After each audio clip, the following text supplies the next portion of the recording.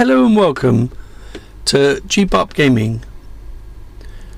Why were the 1980s RPGs so land-based? Everyone actively avoided sea-based adventures in the world of role-playing games at that time. So, please bear with me. This is a video I just decided to make after looking at old YouTube videos I found from 2009. It's one that I had the honour to be part of. Dragon boat racing in Hong Kong. And then, weirdly enough, it made me wonder why were there almost no role-playing game, pirate games, or seafaring games, or metal figures in the 1980s when I was playing role-playing games. So, first things first, I'd like to share the video of me being part of a manly team, as all my videos so far just highlight how nerdy I generally am. My team was called the Llama Dragons. We were in blue, and this video was a celebration of the competition races that were taking place in 2009.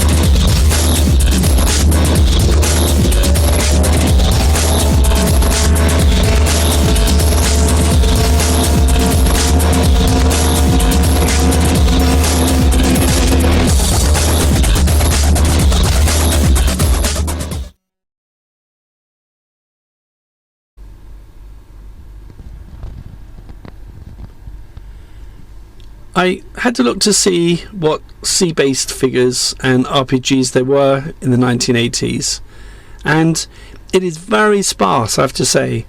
I don't remember seeing any pirate role-playing games in the 1980s. You know, this is me personally, and I definitely didn't play any.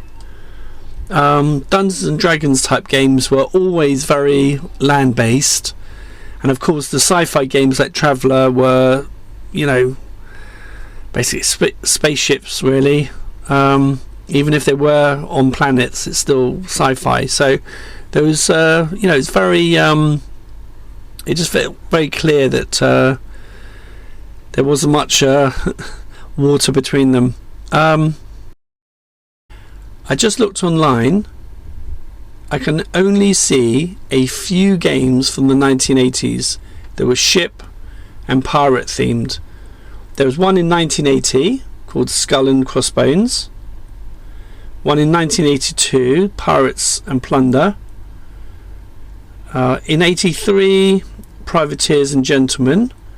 I looked at all these on Amazon, and this one is still selling, so Privateers and Gentlemen is still selling on Amazon for a normal price as well, so it's not a collector's item, it's been redone. And a 1985 High Seas supplement for a game called Flashing Blades in 1985. So I mean, very, very slim pickings, you know. And as I said, I worked in a gaming store in the mid 80s, and I don't remember anything like that. You know, there was like Ninja, that was a big thing, you know, or alternatives. I mean, when Warhammer came out, that was just like, well, we've got Dungeons and Dragons, what's that? You know, so, you know, it's very memorable when you see something new, you know. But as I said, I don't remember seeing any pirate games myself. You know, there were plenty of pirate movies in the 1980s. You know, a long list of them. And there's a TV show from the early 1980s that really stuck out to me growing up. It was the start of the British TV channel, Channel 4. So this was about 1982. And, you know, it was really memorable to me that they showed this amazing kids show called Starfleet. That's what it's called in the UK. And it's called X-Bomber everywhere else. I think that's because the main ship looks like an X-Bomber, but Starfleet is a much better name, I think. Again, I just looked all the episodes on YouTube. I just found out too, so, you know, they're great. I mean, you know, for an 11-year-old boy like me, this was mind-blowing. It was just absolutely fantastic, you know, great details, just loads of stuff going on. And again, I just watched bits of episode 5 today, and the only memory I had of the whole TV show was from this episode 5, where there was this pirate ship in it. So it was a floating, you know, it's a space pirate ship, of course, but it was still literally, it wasn't an X-Bomber, it wasn't all the other really cool things, it was a pirate ship floating in space. So that really stuck in my head. And then just watching bits of it just now, just wonderful, you know, very cool details, loads of tough, you know, female characters, and loads of little details and loads of aliens, and just brilliant stuff, you know, really great TV show. This is also the first time I've looked at AI. I've never looked at AI to answer my questions, and this is what AI says. So I typed in asking about why there was no pirate role-playing games in the 1980s. AI says, game design considerations. Designing a successful pirate RPG involved different challenges compared to fantasy RPGs. For example, balancing combat, exploration, and role-playing with the complexities of naval combat and maritime settings required specific game mechanics and design considerations. I'm going to do some more of these in the future because, you know, Terminator times are here. From my own memory, it was never a theme I wanted to play. You know, pirates, you know, it just never, you know, role-playing games were about escapism, and at that point I think it was just not part of what we wanted. I'd go over to my nan's on a Thursday after school, and they'd have Errol Flynn in black and white on TV. You know, this is from 1938 or 1940 or whatever. You know, it's like 40, 50 years before, you know, 40 years before.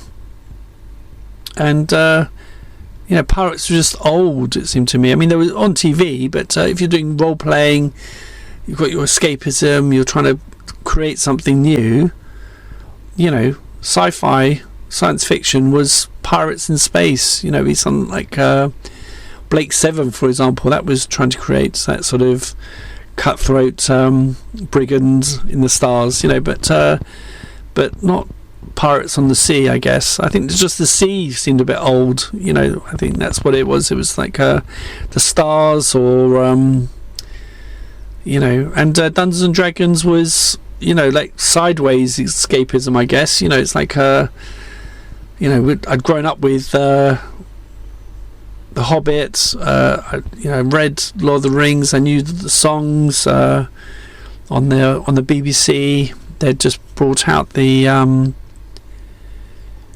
Lord of the Rings as a audio story, so we had you know, we could actually sing the songs. So we used to have family get-togethers, and I would know singing, you know, the road goes ever on and on.